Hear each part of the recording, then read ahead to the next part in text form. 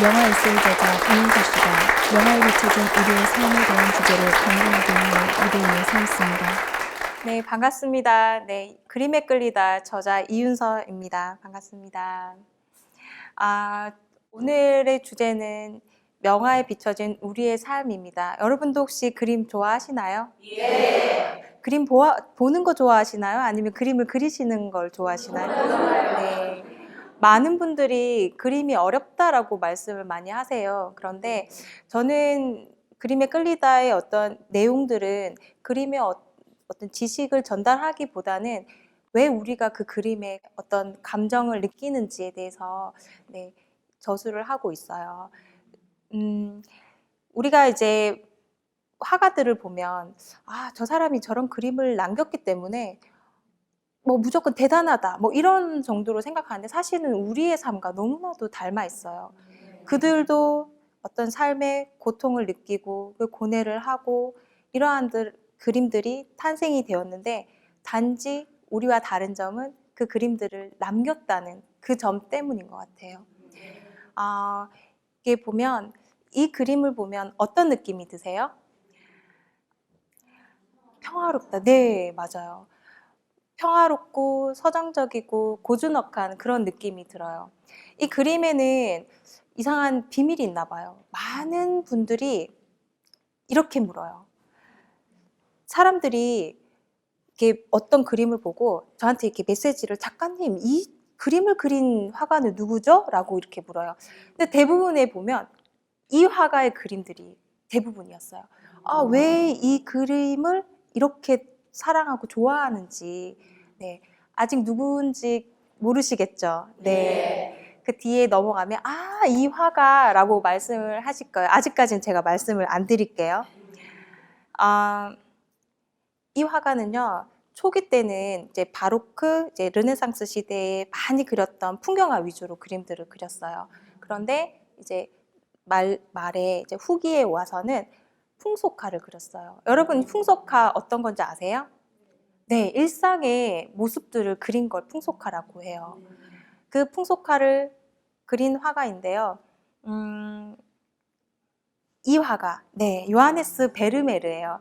이때 당시 베르메르가 살았던 환경이 네덜란드의 그 북유럽 무역 강국이었어요. 북유럽의 무역 강국이었기 때문에 경제나 외교나 문학 이런 게 너무 잘 된 황금기 시대였어요.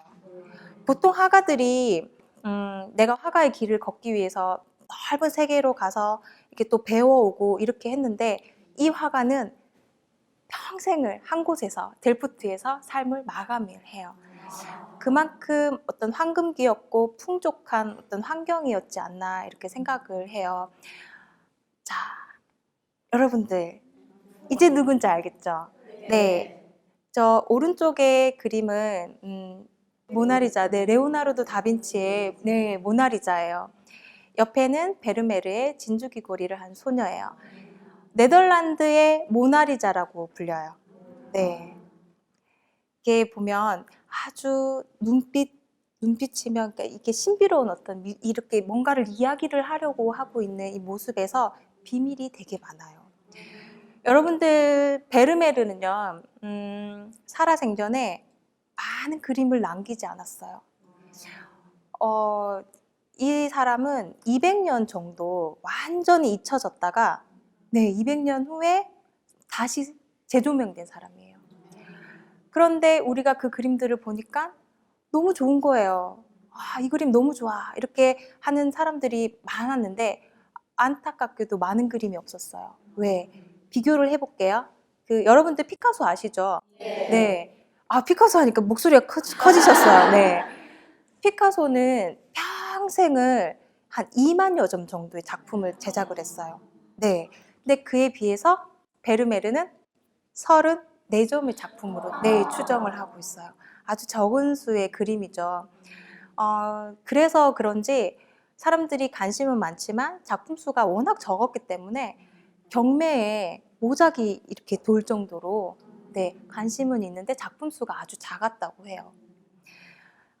여기에서 보시면 지금 귀걸이를 한 소녀의 모습을 보면요.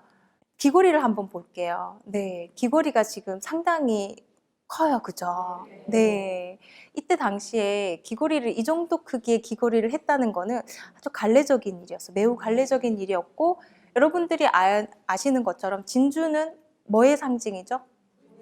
네, 맞아요. 부의 상징이에요.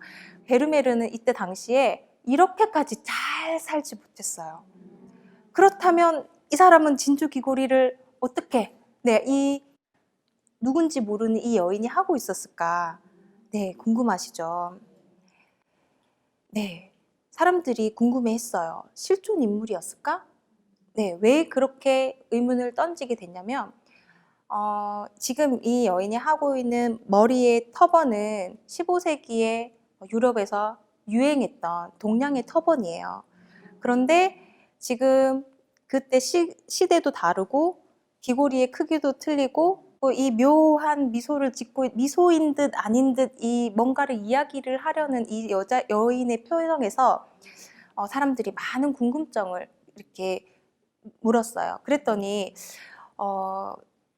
미술사학자가 이제 연구를 하는 베르메르를 따로 연구하는 미술사학자가 있었어요. 그분이 이렇게 말했어요. 그녀는 아름답고 실존하는 인물로 보이지만 실제로 거리에서 볼 수 있는 사람이 아니라 이상화된 존재예요. 라고 했어요. 네. 예를 들면 그림에서 코의 선이 존재하지 않아요. 우리가 선이 있다고 생각하는 거죠. 라고 해요. 모든 것이 환상입니다. 자, 여러분 다시 보시면 선이 있다는 게 어떤 의미인가요? 여러분들 옆에서 이렇게 코를 이렇게 보면 이렇게 라인이 이렇게 들어가 있어요. 네, 그런데 이 여인은 이 라인이 존재하지 않는다는 거예요. 우리가 그렇게 생각을 한다는 거예요. 혹시 그 미술학원에 아주 많은데 석고상 아시죠? 네, 하얀색 비너스와 실제 사람과 구분을 어떻게 하냐면 이 코에 신인지 아닌지. 네, 비너스는 이게 라인이 이렇게 생겼어요. 네. 실제로 혹시 그런 분들도 있으시겠지만 이게 진짜 신처럼 이렇게 오똑하지는 못하거든요. 그래서 여러 가지 추정 중에 하나였어요. 그리고 여러분들 소설 보셨나요? 진주귀걸이 소녀? 소설이 있어요. 네. 아마 우리나라에 처음 이렇게 이 그림이 알려진 시기가 진주귀걸이 소녀라는 소설 때문인 것 같아요. 저도 네, 그 책을 통해서 이 그림을 처음 접했었는데요. 그 그림 속에는 하녀로 나와요. 이 주인공이. 근데 이제 소설이니까 네, 진짜의 어떤 이야기는 아니지만 저는 그 소설을 읽으면서 마치 진짜 실화인 것처럼 네, 느껴졌었어요. 그러니까 실제로도 이 여인이 누군가 하고 의문을 가졌을 때 하녀다. 그리고 첫째 딸 마리아다라는 설이 있었어요. 그런데 그 베르메르의 여러 그림들을 이렇게 보니까 마리아랑 닮은 인물이 없었던 거예요. 그러니까 이제 마리아는 아니다라는 어떤 증거가 조금 확실해진 거죠. 그렇게 해서 사학자들도 이제 트론인 것 같다 이렇게 얘기를 한 거예요. 여러분들 트론이라는 거는 아까 이게 실존 인물이었을까 했던 실존하지 않는 화가나 수집가들에 의해서 환상적인 어떤 존재를 이상하게 만들어낸 존재를 트론이라고 해요. 그래서 트론인 것 같다라는 이제 거기에 힘이 실리게 된 거죠. 소설 속은 이렇습니다. 대충 내용을 설명을 하자면 처음에 이제 그 화가가 베르메르가 하인을 그리기 위해서 이렇게 의자에 무대를 딱 앉추는 장면이 나와요. 그런데 그 하녀가 길을 뚫지 않은 거예요. 그래서 이렇게 불을 이렇게 달궈서 이제 길을 이렇게 탁 뚫는 장면이 나와요. 얼마나 아팠겠어요, 그죠? 그는 이젤 앞에 자기 자리로 돌아와 팔레트를 들고 있었다. 어깨 너머로 그를 가만히 쳐다보았다. 깃볼에 달린 진주의 무게 때문인지 기가 타는 듯했다. 무슨 생각을 하고 있을까? 마침내 그가 움직였다. 뒤로 다시 손을 뻗으며 말했다. 다른 한쪽 귀고리도 달도록 해라. 네. 그는 다른 쪽 귀고리를 집어 내게 내밀었다. 순간 나는 아무 말도 할 수가 없었다. 나는 그가 그림이 아니라 나를 생각해 주기를 바라고 있었다. 네. 왜요? 라고 물어요. 왜냐면 한쪽은 뚫지 않았거든요. 네. 마침내 입을 열었다. 네, 입을 뗐다. 어차피 다른 쪽은 그림에도 나오지 않을 텐데. 네. 하지만 베르메르가 이야기를 하죠. 양쪽 모두 닳도록 해. 한쪽만 하는 것은 웃기는 연극이야. 라고 얘기를 합니다. 네. 이 소설을 떠올려 보면서 진주귀걸이를 다시 보면 이런 생각이 들어요. 네. 진짜라면 이 여인의 여기에서의 표정이 무슨 말을 하려고 했었던 것일까라는 거를 한번 생각해 보게 됐어요. 하지만 많은 분들에게 이런 질문을 하면 그래도 이 여인이 하녀라고 추정을 한다면 이 여인이 베르메르를 어떤 연민이나 아주 사랑하지 않았을까. 이렇게 길을 뚫는 아픔을 느끼면서도 고통을 느끼면서도 그렇게 묵묵히 모델을 서고 있고 베르메르가 그 여인을 바라는 이상향을 만들어서 이렇게 자신의 어떤 꿈에 만들어낸 환상의 여인이 아니었나라는 생각을 합니다. 지금 다른 그림을 한번 보도록 할게요. 베르메르의 초기작은 어떤 그림이었다고 했죠? 네, 네, 풍경화 그림들이 이제 많이 그려지다가 이제 후기로 와서는 이렇게 풍속화를 그리게 돼요. 네, 대부분의 그 풍속화 안에는 지금 이렇게 보면 등장하는 인물들이 한 명에서 두 명이에요. 네, 그리고 동적인 장면들이 움직이는 장면들이 나오는데요. 그런데도 우리가 이 그림을 봤을 때 뭔가 분주하거나 이런 느낌이 들지 않고 아주 정적으로 느껴져요. 네, 이게 그림의 비밀은 있는 거죠. 그 뒤에 궁금하시죠? 네. 지금 이 그림에서 보면 뒷부분에 그 배경으로 큰 그림이 걸려 있어요.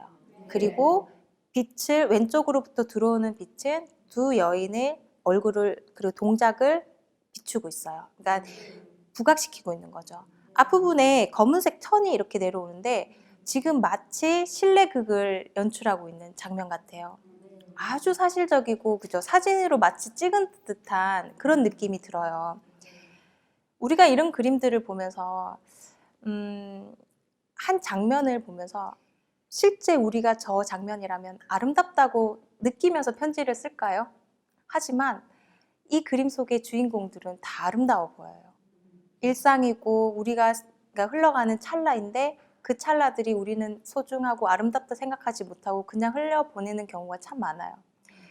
가끔은 베르메르의 어떤 모델이 돼서 제가 뭐 청소를 한다거나 뭐 이렇게 설거지를 한다거나 이런 장면들이 베르메르의 내가 모델이 되었다라고 생각하면서 한다면 네, 일상이 정말 소중하고 아름다운 느낌이 들지 않을까 하는 그림이었어요. 지금 이 그림을 보시면 이 그림 또한 움직임을 나타내고 있는데 아주 정적으로 느껴지시죠? 네. 여기 그림의 베르메르의 전체적인 분위기를 보면요. 빨강, 노랑, 파랑 이렇게 삼원색이 기본으로 들어가고 있어요. 이 그림에서도 마찬가지로 아주 사실적으로 이렇게 보이는데요. 베르메르의 비밀이 있습니다. 뭘까요? 어떻게 이렇게까지 사실적으로 그릴 수 있었을까요? 네, 베르메르의 비밀은 옵스큐라입니다.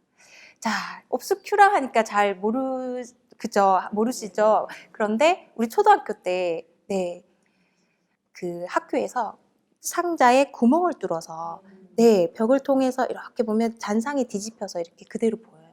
그것을 이용했는데 한번 제가 읽어봐 드릴게요. 네, 라틴어로 어두운 방을 뜻합니다. 사진 이미지가 만들어지는 원리이고요. 네, 어릴 적 학교에서 배웠던 바늘구멍 사진기라고 보시면 돼요. 캄캄한 방 한쪽 벽에 작은 구멍을 내서요.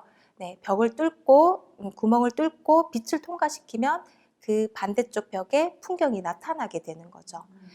지금 18세기에서 19세기의 화가들이 아주 많이 사용을 했는데 베르메르는 그 이전 시대의 사람이에요. 그 이전부터 이렇게 이 방법을 사용을 했던 거죠. 사실적일 수밖에 없는, 그죠? 그런데 그렇게 또 하면 사람들이 그런 비밀이 있었어? 라고 얘기를 하세요. 하지만 저는 또 묻죠. 그러면 이 옵스큐라를 통해서 여러분들 똑같이 그리실 수 있을까요? 하면 확실히 네, 훌륭한 화가가 많네요. 이렇게 말씀을 하세요. 자, 다음 그림을 소개해 드릴게요. 여러분들 아마데오 모딜리아니 혹시 아시나요? 아, 네. 지금 그림들을 보면요. 특징이 있어요. 얼굴이 길고, 그죠? 네, 눈이 텅 비었어요. 첫 번째 그림이, 네, 그림에서 나오는 인물이 모델리안이에요. 네. 근데 이 모델리안이가 직접 그린 그림은 아니고요. 맨 끝에 있는 자느 에비테른이 그린 그림이에요. 네. 여러분들 그 초상화와 자화상을 잠깐 설명해 드릴게요. 자화상은 자신의 얼굴을 그린 그림이에요. 네. 초상화는 상대의 얼굴, 네, 모델이나 내 주변의 인물들을 그린 그림이에요. 네. 여기서 이렇게 보시면 초상화를 많이 그린 회화의 어떤 화가로 기억을 하고 있지만 사실은 모델리안이 스스로 나는 조각가다라고 말을 했어요. 그런데 아이러니하게도 살아생전에 많은 초상회화를 남겼기 때문에 우리가 그렇게 기억을 할 수밖에 없는 그런 이유도 있어요. 이탈리아의 유대인 가정에서 태어났습니다. 네. 그리고 파리로 이민을 와서 한평생을 그곳에서 삶을 다했어요. 그때 당시에는 19세기 말에서 20세기로 이렇게 아주 급변하던 시대였어요. 그때 이민자의 삶을 한번 생각해 본다면 아주 녹록지 않은 아주 힘든 삶이었어요. 화가로서도 뭐 성공했던 삶이 아니었기 때문에 당시에 자신을 붙들어 맬 수 있었던 거는 자신밖에 없었는데요. 그래서인가 술이나 대마초 이런 데 의지를 하기 시작을 했어요. 네, 모델리아니를 보면서 안타깝게 생각이 되었던 거는 너무나도 빠른 어떤 시기에서 자신이 어떤 화풍을 확립하지 못하고 아주 빨리 사망을 했어요. 첫 개인전을 열었어요. 그런데 베르트 베이유에서의 자신의 첫 개인전이 아주 허망하게 끝이 나버려요. 28작품의 초상화 작품과 4점의 누드 작품이 있었는데요. 사람들이 와서 아주 관심을 보였던 작품에는 오로지 누드화였어요. 사실은 자신이 누드화를 뭔가 이렇게 보여주려고 했던 건 아닌데 사람들이 관심은 자기가 원했던 곳이 아닌 곳에 관심을 가졌어요. 그런데 경찰서장이 그 그림을 보고 아니 이렇게 문란한 그림을 이렇게 판단을 한 거예요. 그래서 강제 철거돼요.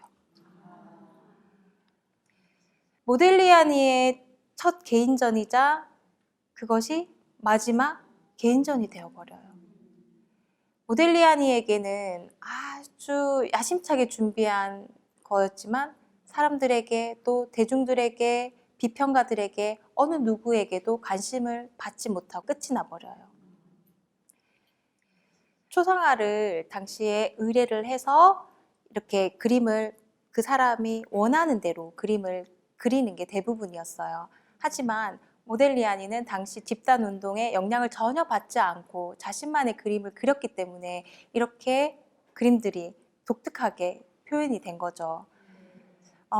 당시에 이제 19세기 중반에 이제 흘러가면서 사진기가 발명이 되고 사진기 보급이 원활해지면서 이런 말들이 떠돌았어요. 회화는 죽었다. 네. 왜냐하면 이제 사실적으로 표현할 수 있는 어떤 기구가 생겼기 때문에 화가들의 어떤 역할이나 이런 게 사라질 거라 생각을 했지만 오히려 사진기의 발명은 화가들의 모방과 재현으로부터 자유롭게 해줬어요. 그랬기 때문에 이 그림들이 우리에게 기억이 되는 거겠죠. 모델리아니에게 물었습니다. 한 여인이 당신은 왜 땡땡땡을 그리지 않는 거죠? 라고 물었어요. 그랬더니 당신의 영혼을 보게 되면 땡땡땡을 그릴 수 있을 거야 라고요. 자, 여러분들 땡땡땡은 뭘까요? 네, 눈동자입니다. 네. 모델리아니의 대부분의 그림들을 보면 눈동자가 없잖아요. 그죠? 네, 눈동자를 그리지 않았어요. 그에 대한 대답은 영혼을 보게 되면 그림을 그릴 거야 라고 했어요. 여기에 나오는 이 여인은 누구일까요? 그가 사랑한 에비테르입니다. 그 잔느 에비테르는 모델리아니와 아카데미에서 만난 화가의 어떤 지망생이었던, 화가의 길을 걷고자 했던 여인이었습니다. 두 사람은 운명처럼 사랑에 빠졌고 부모님의 반대가 있었지만 부부의 연을 맺죠. 부모님이 왜 반대를 했을까요? 이유는 이랬습니다. 유대인에 대한 반감을 가지고 있던 부모님은 유대인이고 그리고 술과 대마초를 했댔잖아요. 그러니까 알코올 중독자에 그리고 아주 병약했어요. 몸이 약했고 그런데다가 14살이 많았어요. 우리가 이런 생각을 해요. 나라도 조금 반대를 할 것 같아. 그런데 이렇게 나열을 하고 보니까 정말 슬픈 어떤 화가의 한 인생인 것 같았어요. 그때 당시에 이제 부모님의 반대에도 불구하고 부부의 연을 맺었을 때 당시 에비테른의 나이는 19이었고요.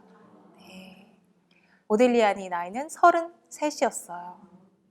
잠시 그들의 사랑은 축복하는 듯 보였지만 오래가지 않았습니다. 술과 대마초를 끊지 못했고요. 당시 아주 몸이 약했기 때문에 36에 결핵수막염으로 사망하게 됩니다. 너무 그죠, 빠른 나이에 그죠. 에비테르는 너무 슬펐어요. 너무 슬퍼서 그 슬픔을 견딜 수가 없었죠. 당시에 에비테르의 뱃속에는 둘째 아기가 있었는데요. 남편이 묻히기 전날 아파트에서 뛰어내립니다. 그렇게 이 계기로 해서 그 비극적인 그들의 어떤 운명, 사랑이, 비운의 어떤 사랑 이야기가 오히려 비운의 천재화가라는 이런 관심을 가지게 된 거죠. 많은 사람들이 우리가 기억을 할 때 어떤 천재화가의 어떤 이미지보다는 비운의 천재화가라는 이런 타이틀로 기억을 하고자 했습니다. 왜 그랬을까요? 그림을 보면 아주 슬퍼 보이고 절망을 느낀다 이런 분들이 종종 있는데요. 아마 이런 사랑 이야기를 어느 정도 인지를 하고 있어서 그렇지 않은가 싶어요. 이렇게 아까 처음에 얘기했던 14살이 많고 병약했고 무명 화가의 이러한 것들 때문에 자기의 아버지가 왜곡되는 게 싫었던 첫째 딸, 처음에 둘째 아기와 세상을 떠났다고 했잖아요. 그 아이가 자라서 아버지의 자서전을 써요. 우리 아버지는 아주 열정적인 사람이었고 우리가 생각하는 것보다 아주 행복한 사람이었다라는 거를 이렇게 얘기를 했지만 여전히 우리는 비운의 천재화가로 기억되고 싶어하는 그런 화가였어요. 사랑과 죽음 그리고 인생의 완성. 모델리아니가 얘기를 해요. 사랑하는 잔느 영원히 나의 모델이 되어줘. 죽어서라도 이렇게 약속을 지키고 싶었었던 것일까요? 그죠? 그랬던 것 같죠. 지금 이 사람의 그림들을 이렇게 보면서 어쩌면 인생의 완성은 자신이 만들어 놓고 떠나는 게 아니라 남겨진 자들의 몫인 것 같다는 생각을 했습니다. 만약에 이 모델리아니가 오랫동안 우리와 함께 했고 더 많은 작품을 이렇게 했었더라면 더 좋았겠지만 그럼으로 해서 아직까지 여전히 기억을 하는 그림이 되었고 그 왜곡되었지만 그 왜곡된 거를 우리는 아무렇지 않게 생각을 하잖아요. 그래서 한번 생각을 해봤어요. 내가 모델리안이라면 왜곡된 자신을 원했을까? 여러분들은 어떠신가요?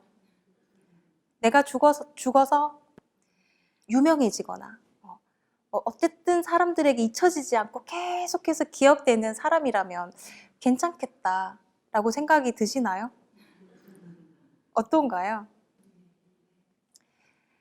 이렇게 죽음과 동시에 완성과도 같은 삶을 아주 짧았지만 살고 갔던 모델리아니를 보면서 매 순간 완성이라는 생각을 스스로 하면 어떤 외국에서부터 사람들로 기억으로부터 일치되는 삶을 좀 살 수 있지 않을까라는 생각을 했습니다.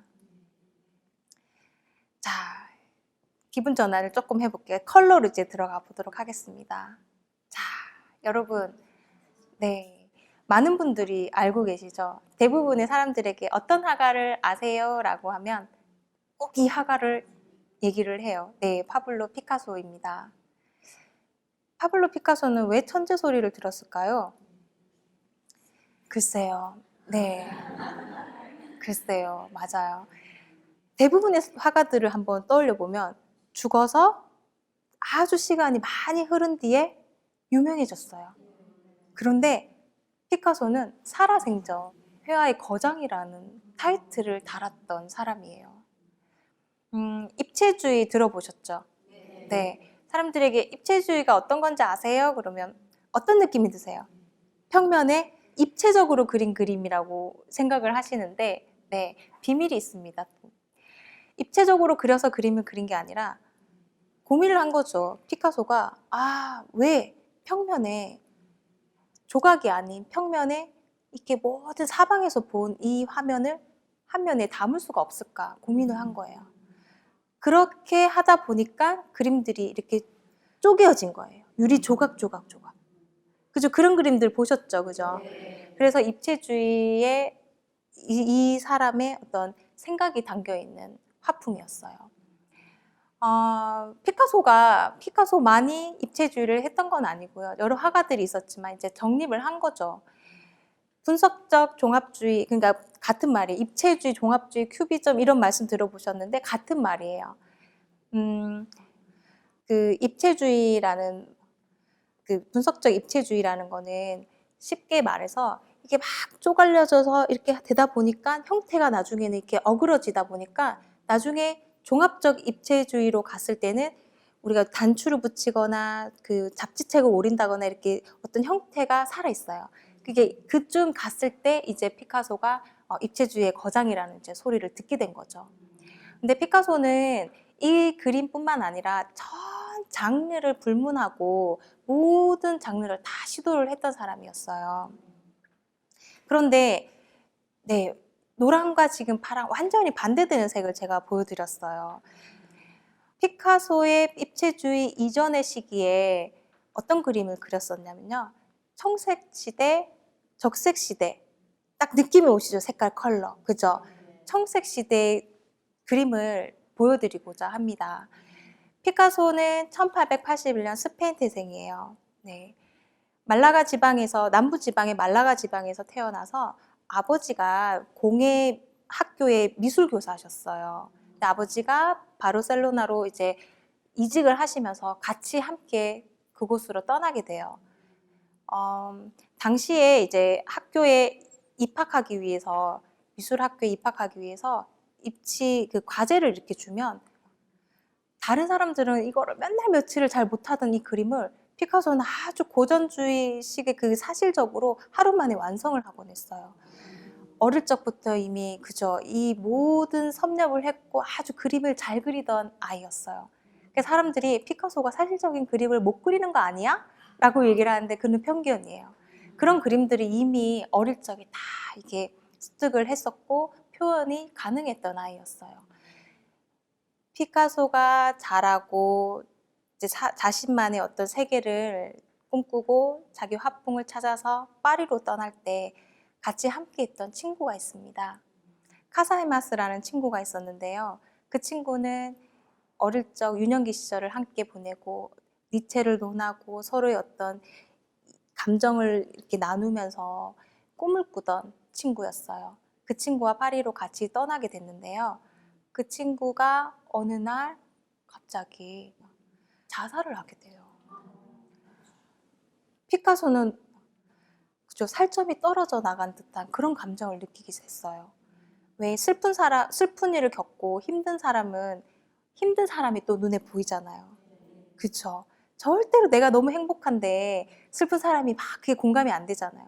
그런 것처럼 피카소에게 그런 시절이 있었어요.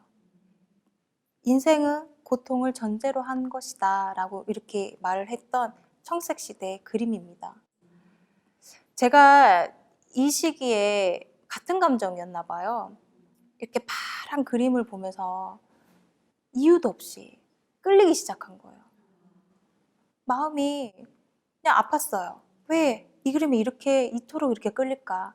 피카소가 잘생겨서 끌렸었던 걸까요? 알고 보니까 그러한 사연이 있었던 거예요. 카사헤마스의 어떤 자살로 인해서 자신이 살았던 주변을 돌아보니 굶주림과 절망, 고통, 이러한 삶에 빠져 있는 사람들이 눈에 보이기 시작했던 거죠. 그 사람들을 주제로 해서 그린 그림입니다. 늙은 기타리스트. 네. 자신의 어떤 가난하고 어떤 힘든 시기에 미술가로서, 화가로서 이러한 시대를 이제 비유를 한 거죠. 사회의 어떤 불황자, 희생자와 같은. 그리고 옆에 그림은 보시면 인생이라는 그림입니다. 인생의 그림을 보면 당시 따로따로 이렇게 그림들을 그렸어요. 그러다가 중간에 남자 보이시죠? 이 사람이 카사 헤마스인데 이 사람 자살로 인해서 이 그림을 모티브를 다 가지고 와서 오자상과 불행한 여인 이렇게 합쳐진 그림이에요. 이게 인생이라는 그림이에요. 이렇게 당시에 자신의 어떤 삶 그리고 내가 그냥 절망에만 빠져서 그냥 이걸 모든 걸 놓고 아무것도 하지 않을 거야가 아니라 피카소는 자신의 내면을 들여다본 거죠. 이렇게 청색 시대의 그림들을 꾸준히 계속해서 그려나가면서 자신의 내면을 직시하기 시작합니다. 내가 이것을 바라보고 그리고 내가 서서히 이것으로부터 벗어나기 위해서. 경제적으로 안정을 찾고요. 친구들이 생깁니다. 그리고 사랑하는 여인이 생깁니다.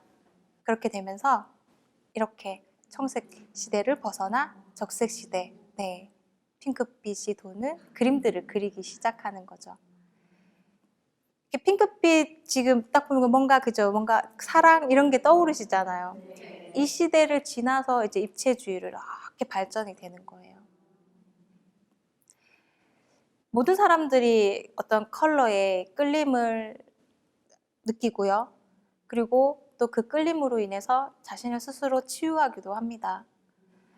만약 지금 이 그림이 끌리신다면 내가 이 에너지를 가지고 나는 또 일어설 거야. 그럴 수 있어 라는 희망을 가져보시는 건 또 어떨까요? 제가 앞에 노란색 화면을 보여드렸잖아요. 효과가 있습니다. 내가 아주 절망적이고 그 세계에 빠져 있을 때 반대되는 아주 따뜻한 색을 봄으로 해서 제가 다시 일어설 수 있는 에너지를 얻는 거죠. 네. 자, 지금 다음 그림으로 또 넘어가 보도록 하겠습니다. 몬드리안의 그림입니다. 네. 디자인으로 참 많이 사용되는 그림이죠. 네. 익숙하시죠? 어떤 영화에서 보니까 걸려있는 액자에 이 그림이 거꾸로 달렸어 이러면서 이렇게 돌리는 장면이 나와요. 사실은 우리가 봤을 때 위아래 사실 몰라요. 그죠? 그런데 화가는 자신의 그림의 위아래를 아는 거죠. 네, 이 모습이 맞습니다. 몬드리안은 추상주의의 그림을 그렸는데 처음부터 이런 상태의 그림들이 그렸던 건 아니에요. 처음에는 조금 다른 형태가 있는 그림을 그리다가 점점점 자신만의 색을 찾는 거죠. 차가운 추상이라고 하는 이유가 뭘까요? 빨간색이 들어가 있고 노란색이 들어있는데 왜 차가운 추상이지? 라고 얘기를 해요. 그런데 네, 맞아요. 직선, 수직과 수평으로 검정색으로 이렇게 가로질러져 있어요. 계산을 해서 몇 센치 이렇게 한 게 아니라 가로, 세로 이렇게 자르다 보니까 이런 형태가 나오기 시작했어요. 사문색을 쓰고 있죠, 그죠? 하얀색과 검정색은 여러분 무채색이에요. 네, 색이 아닌 거죠. 무채색. 색이 없다 해서 명도만 있는 거죠. 밝고 어두운 명도만 있는데요. 여기에서 흰색은 배경이 됩니다. 네. 자, 여러분들 이 그림에서 나라면 한 가지 색을 쓸 텐데 무슨 색이 빠졌어? 아시겠나요? 네, 맞아요. 우리가 너무나도 좋아하는 초록색이 빠졌어요. 몬드리안의 그림을 보면 초록색이 없어요. 네, 왜였을까요? 자, 초록색 하면 떠오르는 상징이 어떤 게 있나요? 네? 자연. 네. 초록색 자연. 이거 이해되시죠? 자연은 어떤 느낌인가요? 살아있는 느낌. 그리고 직선, 수직으로 이런 느낌과 반대되는 느낌. 그죠? 계절이 바뀌는 것처럼 아주 자연스럽게 바뀌고, 그리고 바람이 부는 거에 따라서 또 휘날리고, 정직하게 날리는 게 아니라 많이 날리기도 하고 적게 날리기도 하는 거잖아요. 그런 것처럼 초록색, 자연, 싫어했어요. 한 실화인데요. 몬드리안에게 튤립을 선물합니다. 지인이 선물했는데 화실에서 그 초록색 부분을 하얀색으로 칠하고 앉아 있는 거예요. 네, 얼마나 싫어했는지 아시겠죠? 또 이런 일이 있었어요. 친구네 집에 놀러를 갔는데 보통 우리가 창밖에 이렇게 풍경을 보면서 이렇게 차도 마시고 이렇게 보잖아요. 근데 나무가 막 휘날리는 모습이 너무 싫은 거예요. 그래서 몬드리안은 등지고 앉았어요. 이렇게 어떤 불변, 자연스럽고 이런 우리는 그렇게 생각을 하지만 자연에서 오는 이 불규칙한 이런 모습들을 상당히 싫어해서 이렇게 수직 수평을 그으면서 반듯반듯한 이런 방을 만든 거예요. 여러분들도 동그라미보다는 이렇게 반듯한 곳에 계실 때 편안함을 느끼시잖아요.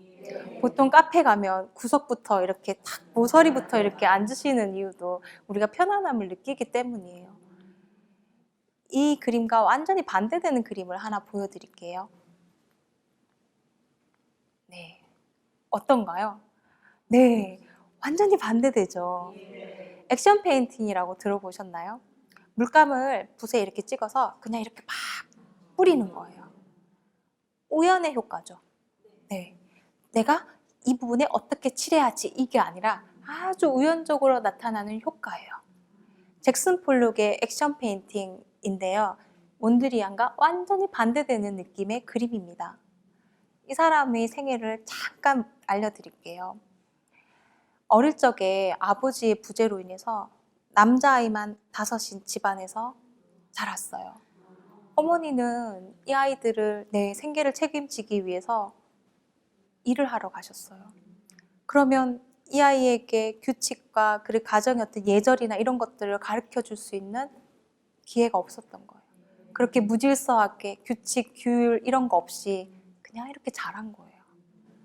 그러니까 자신의 어떤 방패막 이런 것들을 느낄 수 있는 시간이 없었던 거죠.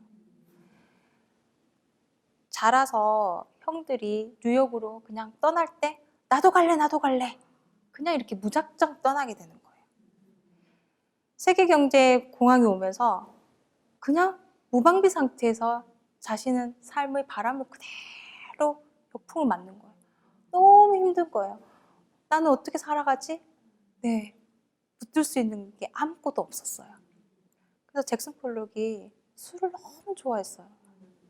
술을 얼마나 많이 먹었냐면 이 사람이 가진 능력이 2가지가 있는데 음주벽과 파괴력이라고 할 정도로 술을 먹으면 이제 이 모든 게 정상적인 이게 생활이 안 됐던 사람이에요. 술을 먹고.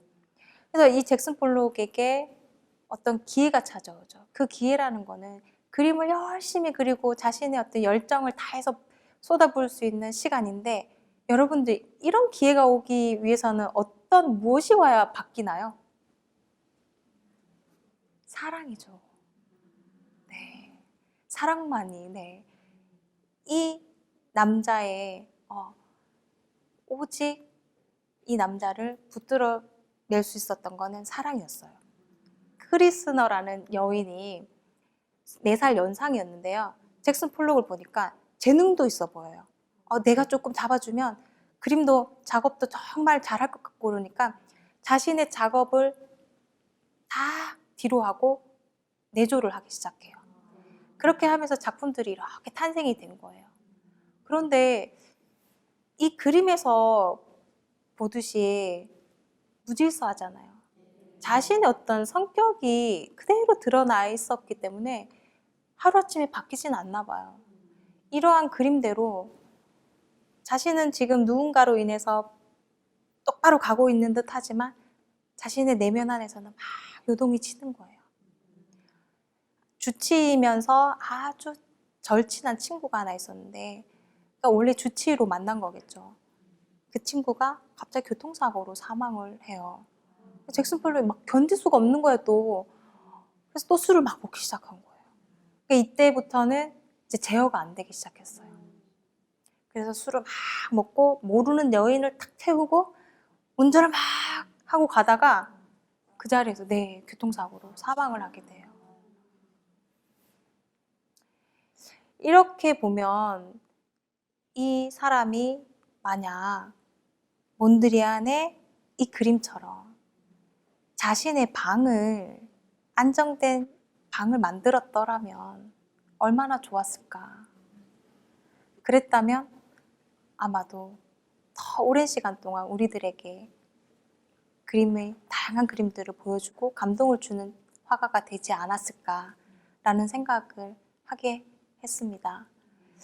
44살에 사망을 했기 때문에 당시에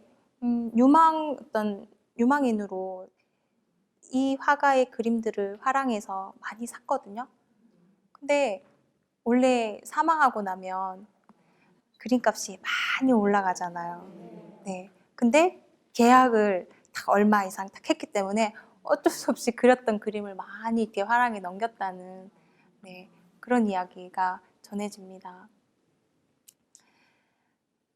지금 이렇게 보시면 그림에서 베르메르의 그림이나 그리고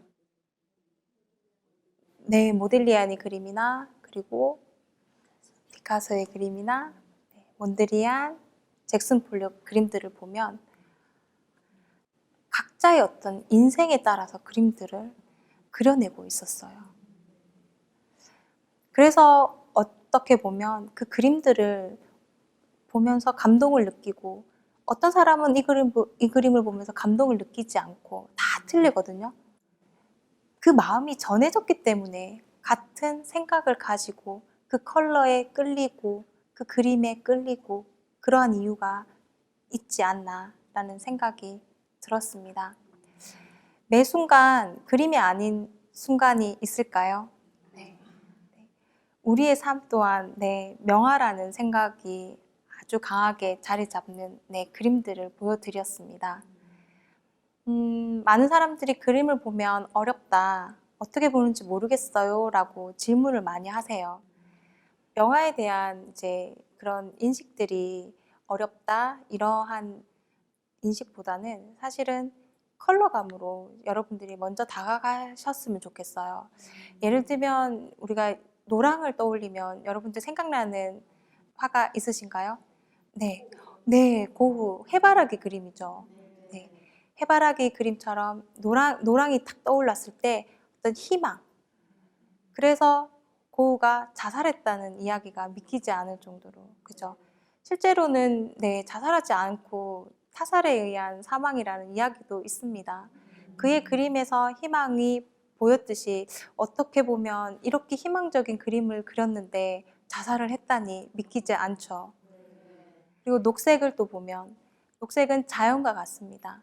우리가 어떤 컬러 여행이라는 게 별 다른 게 아니고요. 내가 현재 많이 보고 있는 이 색깔들, 익숙하게 보는 색깔들을 떠나서 새로운 색깔을 보는 거예요. 우리가 여행을 하면 그렇잖아요. 내가 평소 때 보지 못한 컬러들을 보게 되는 거잖아요. 그러면서 우리가 힐링을 한다, 마음의 안정을 찾는다, 내가 위로를 받는다 라고 하는 거예요. 멀리 여행 가실 필요 있나요? 이렇게 컬러를 통해서, 명화를 통해서 여러분들이 보시면 될 것 같아요. 보면 무채색을 상당히 좋아하시는 분들이 계신데 그분들에게 네, 컬러감 있는 어떤 액세서리나 이런 것들이 자신에게 필요하다는 것을 말씀드리고 싶어요. 피카소의 오늘은 소개드리지 않았지만 게르니카라든지 블랙 계열에 있는 그림들을 보면 전쟁, 그때 당시에 아주 암울했던 그 시대를 이야기하고 있잖아요. 그게 무채색의 힘이 그런 거예요. 실제, 그러니까 색이 없다라는 거니까요. 저는 그렇습니다. 네, 전공자 아니잖아요. 전공할 필요가 없잖아요. 그런데 단지 그림을 좋아한다면 있는 그대로 그 그림에 보는 것이 그림에 마음을 잇는 게 아닌가라는 생각이 듭니다. 그런 다음에 내가 이 그림에 대해서 조금 더 알아야겠다. 그렇게 찾아가시면 될 것 같아요. 이 화가가 이 그림을 그렸을 당시에 이런 일이 있었구나. 이런 아픔이 있었구나. 이런 행복이 있었구나. 그죠? 행복, 슬픔, 절망, 우리가 모두 느끼는 감정들이잖아요. 그러니까 이렇기 때문에 그림과 우리의 삶이 너무나도 닮아 있다라는 그런 생각을 하게 합니다. 명화를 이렇게 보시면서 여행을 하시고 편안함을 느끼시고 행복한 그림과 같은 삶을 사시기를 바랍니다. 감사합니다.